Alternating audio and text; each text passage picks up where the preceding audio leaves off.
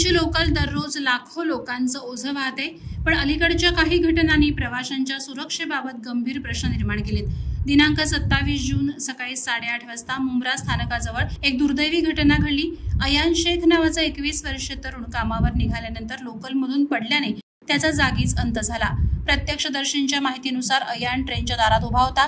सकाळची अत्यंत गर्दी आणि नव्यानं बांधलेल्या पुलाला ट्रेन वळत असताना अयानला झटका बसला। या हादऱ्यानंतर गर्दीमुळे त्याचा तोल गेला आणि अयान खाली थेट रुळावर पडला आणि त्यानंतर तो उठलाच नाही। प्रवाशांच्या मते मुंब्रा भागात असलेले हे वळण अत्यंत धोकादायक आहे। हा भाग सुरक्षिततेच्या दृष्टीने संवेदनशील आहे, त्यामुळे या परिसरातील रचनेचा आणि गर्दीच्या व्यवस्थापनाचा पुनर्विचार होणं गरजेचं आहे। रेल्वे प्रवासी संघटनांनी यापूर्वीही इशारे दिले होते।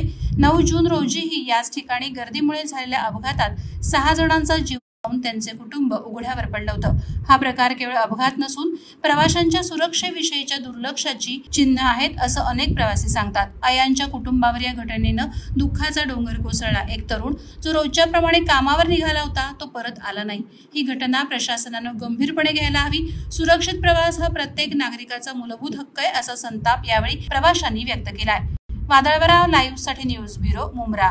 नवी मुंबई व रायगड जिल्ह्यातील ताज्या बातम्या आणि घडामोडींसाठी सबस्क्राइब करा वादळवारा लाईव्ह चॅनल आणि दाबा बेल आयकॉन।